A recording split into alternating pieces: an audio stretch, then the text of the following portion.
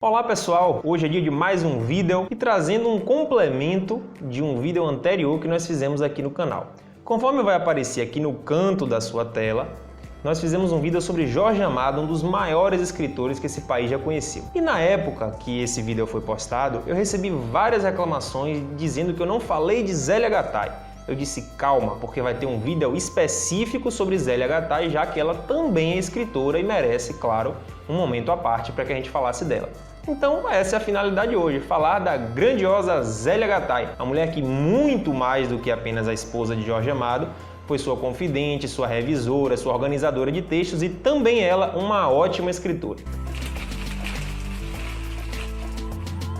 Zélia Gattai nasceu em São Paulo em 1916.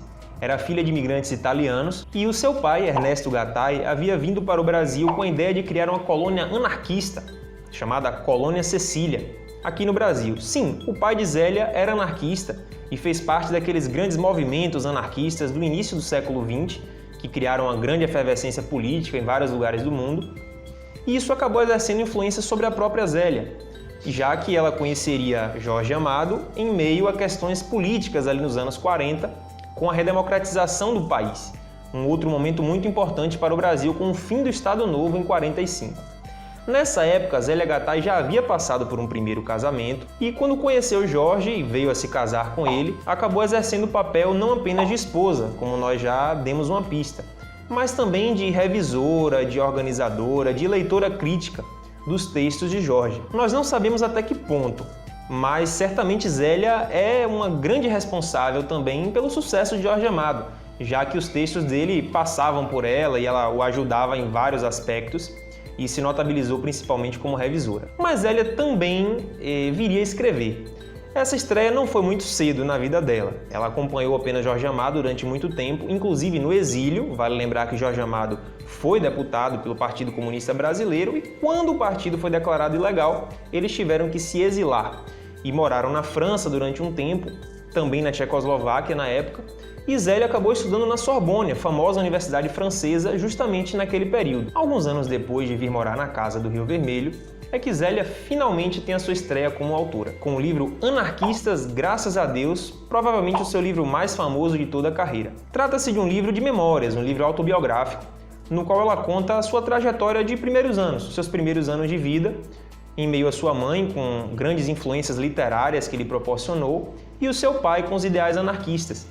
Então, um retrato muito interessante de tudo que influenciou ela e que ajudou a criar essa bagagem que ela trouxe ao longo de toda a vida, contado de uma forma bem interessante e que ganhou rapidamente a crítica literária da época, inclusive rendendo-lhe prêmios posteriormente. O gosto por escrever as suas próprias memórias e o sucesso de Anarquistas, Graças a Deus, levou Zélia Gattai a escrever um segundo livro, também na linha das memórias, da autobiografia, que foi Um Chapéu para a Viagem, em 1982. Agora o foco foi um pouco diferente. Enquanto em Anarquistas, Graças a Deus, falava-se mais dos seus primeiros anos, a influência dos pais, o local onde ela morou quando era pequena, já em Um Chapéu para a Viagem, já é a vez de Jorge, a vez da Zélia Gattai como esposa, como adulta verdadeiramente. São fases diferentes da vida e também foi um livro muito bem aceito pela crítica na época. Então Zélia não parou mais. Juntando o gosto por escrever livros de memórias com livros infantis, que foi outra coisa que ela começou a fazer depois, vieram nada menos do que 15 outros títulos, além desses dois primeiros, que ela publicou ao longo de toda a vida. Toda essa obra rendeu a Zélia finalmente um lugar na Academia Brasileira de Letras, e justamente na cadeira que ocupou Jorge Amado. Sim, porque quando Zélia entrou para a Academia Brasileira de Letras, em 2001, Jorge Amado já havia falecido, e ela ocupou a cadeira do marido, grande companheiro e também escritor. Vale lembrar que Zélia também era fotógrafa além de escritora, e a atividade com a fotografia também foi bastante notável ao longo da vida dela. Inclusive, um dos livros que ela publicou foi uma fotobiografia de Jorge Amado, chamado Reportagem Incompleta, em 1987. Após essa extensa carreira como escritora, como fotógrafa, que trouxe um brilhantismo enorme para a nossa cultura, a nossa literatura, Zélia acabou nos deixando em 2008, aos 91 anos, com um legado imenso atrás de si que permanece até hoje. É isso aí, pessoal. Esse foi mais um vídeo agora falando sobre a grande Zélia Gattai, que complementa tudo aquilo que nós falamos antes sobre Jorge Amado, mas claro, traz todo o tempero, toda a bagagem, o legado que Zélia Gattai trouxe para a literatura brasileira e, claro, também para a fotografia, para a vida cultural do Brasil como um todo. Se você gostou, curta, compartilhe com seus amigos, leve esse vídeo para mais pessoas, por favor.